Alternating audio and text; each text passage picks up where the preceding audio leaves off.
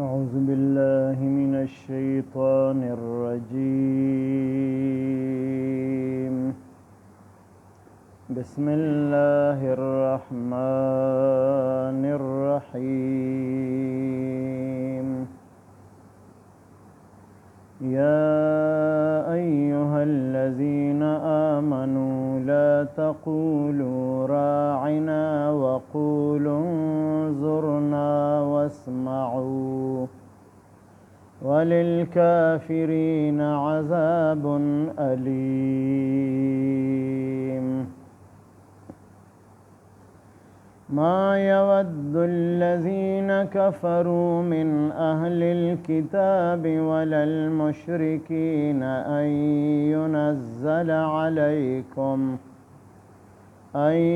ينزل عليكم من خير من ربكم، والله يختص برحمته من يشاء، والله ذو الفضل العظيم. آمنت بالله صدق الله مولانا العظيم.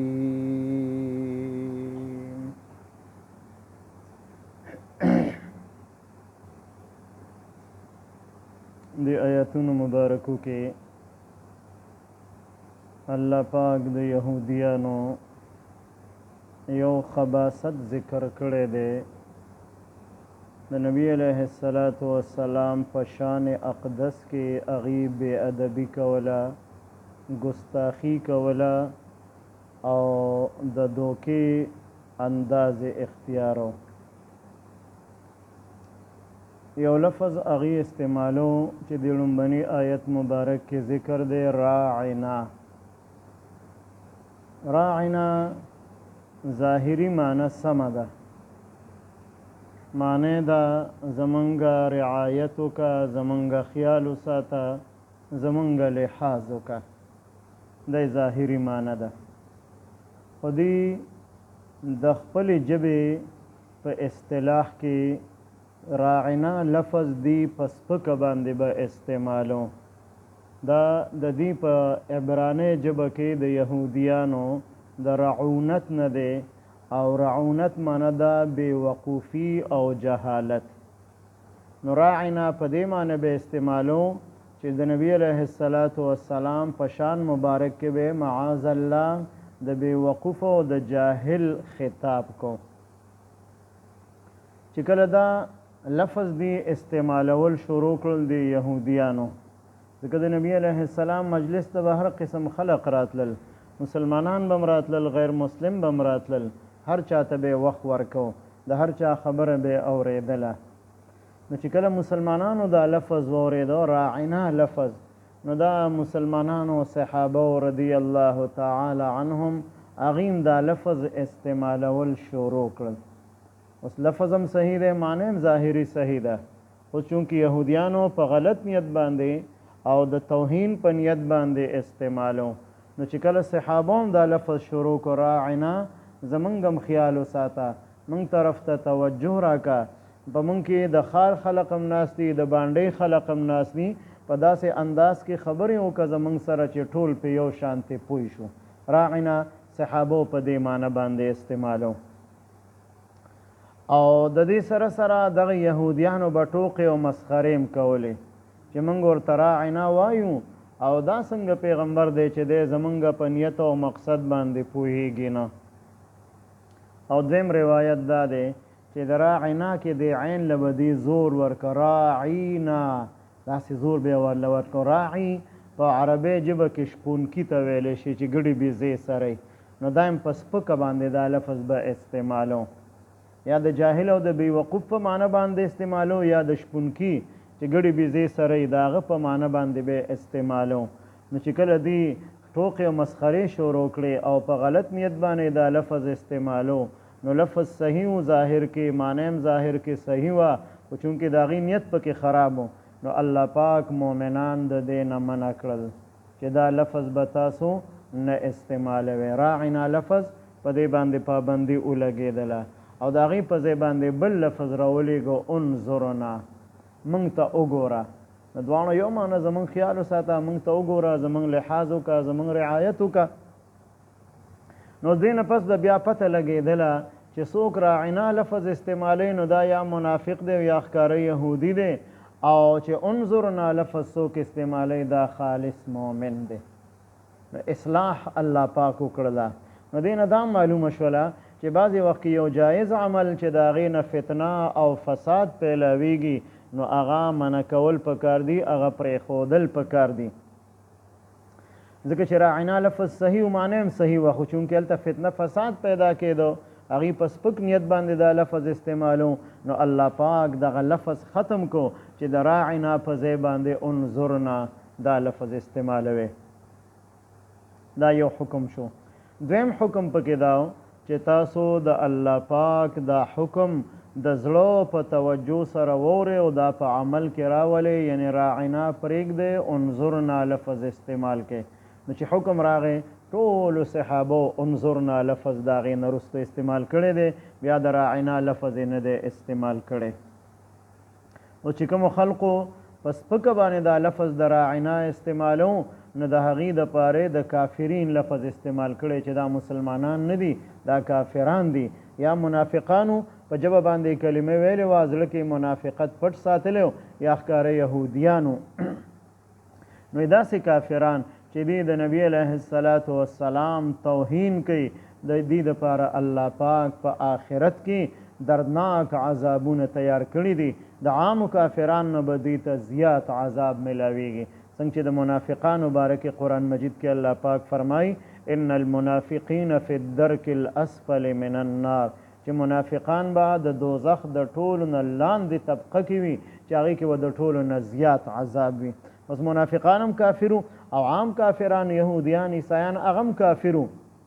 خو چونکې دې دوکه کوله نو په دې وجه باندې دې دپاره د زیات عذاب ذکر کړی دی چې منافقانو ته او دغې کافرانو ته به الله پاک زیات عذاب ورکوي په دویم آیت مبارک کې د یهودیانو بل یو عیب او نقصان الله پاک ذکر کړی دی چې دا یهودیان به راتلل د صحابو سره به کېناستل او دا به ورته ویل چې که چېرې ستاسو دا دین زموږ نه غوره وی نو موږ به ستاسو دین قبول کړی وی او زمونږ دین غوره دی او ستاسو ای مسلمانانو ستاسو دین غوره نه دی نو ځکه یې موږ نه قبلو او دویمه خبره بیا ورته دا کوله چې که په تاسو باندې د خیر څه خبره زمونږ د کتاب نه بهتر خبره په تاسو نازله شوله نو بیا موږ ستاسو دین قبلولو ته تیار یو وایي موږ ته چې کومې خبرې په تورات کې نازل شوي دي نو هغه بهتر دي او ستاسو ته چې قرآن مجید کې کومې خبرې نازلیږي نو د هغې په مقابله کې دا بهتر نه دي دا الفاظ استعمال کړل نو الله پاک دا دویم آیت مبارک نازل کو چې دا اهل کتاب که یهودیان دي او که عیسایان دي دیم دا خبره نه خوښوي او مشرکان هم نه خوښوي چې په تاسو باندې د خیر څه خبره نازل شي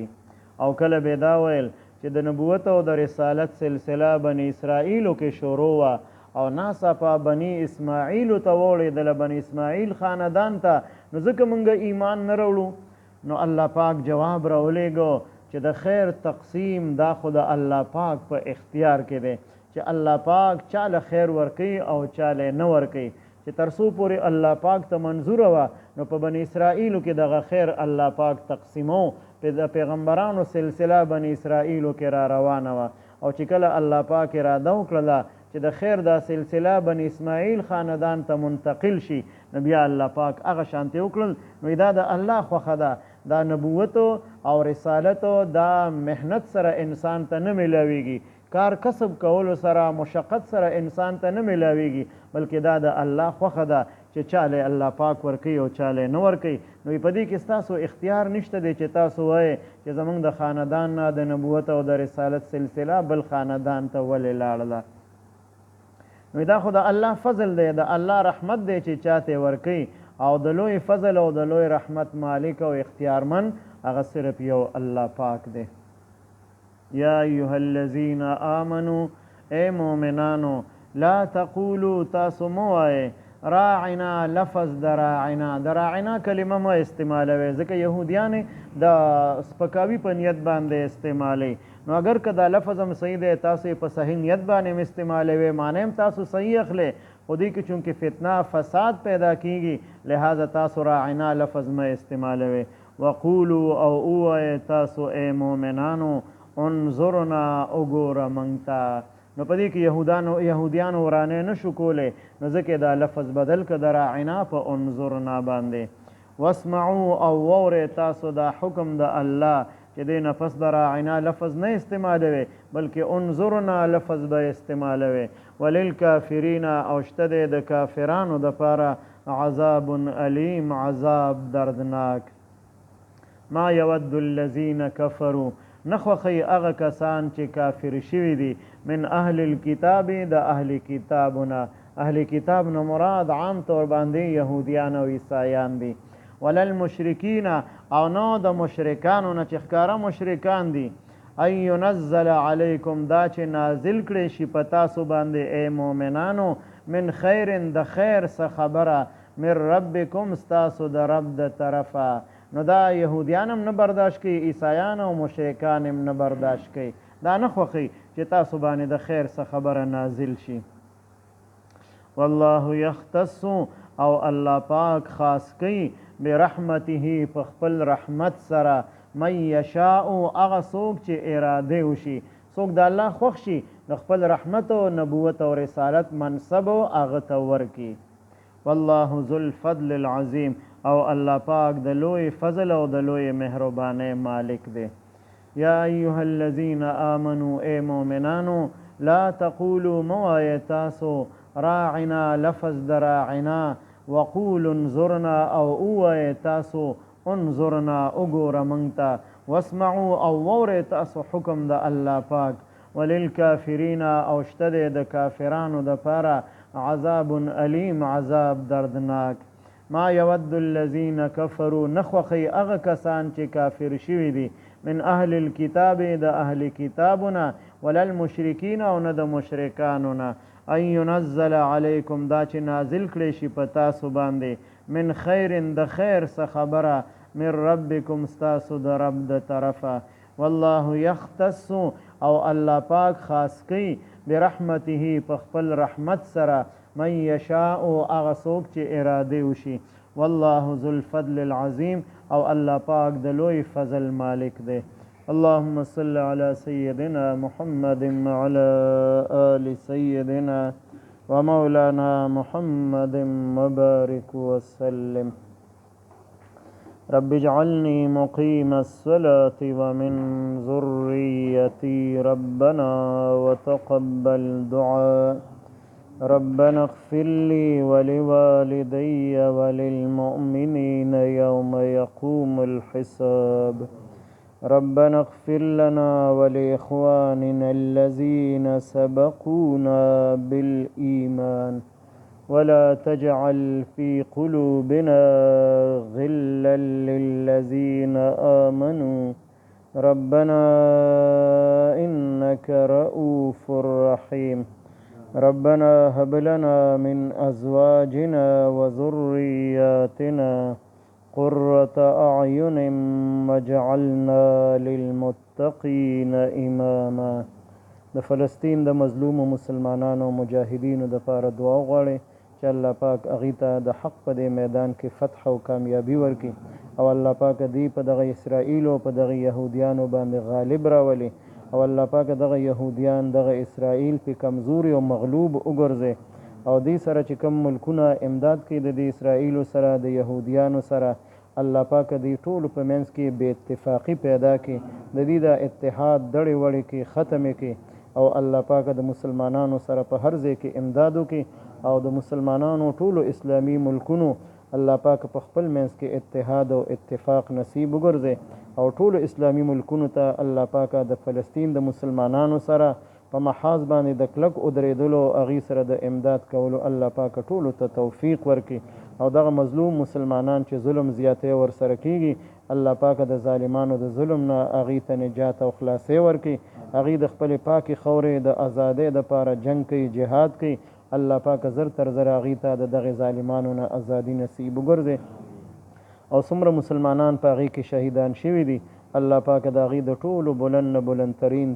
درجات د شهادت نصیب وګرځې او څومره پکې زخمیان دي الله پاک هغې ټولو ته کامل صحت او روغ صحت ورکړي څومره مسلمانان د هغې سره امداد کوي د هغې دپاره دعاګانې غواړي الله پاک د ټولو د امداد او د دعاګانې په خپل دربار کې قبول او منظور وګرځي او ټولو ته جزای خیر د دنیا او د آخرت نصیب وګرځي وصلی الله تعالی علی خیر خلقه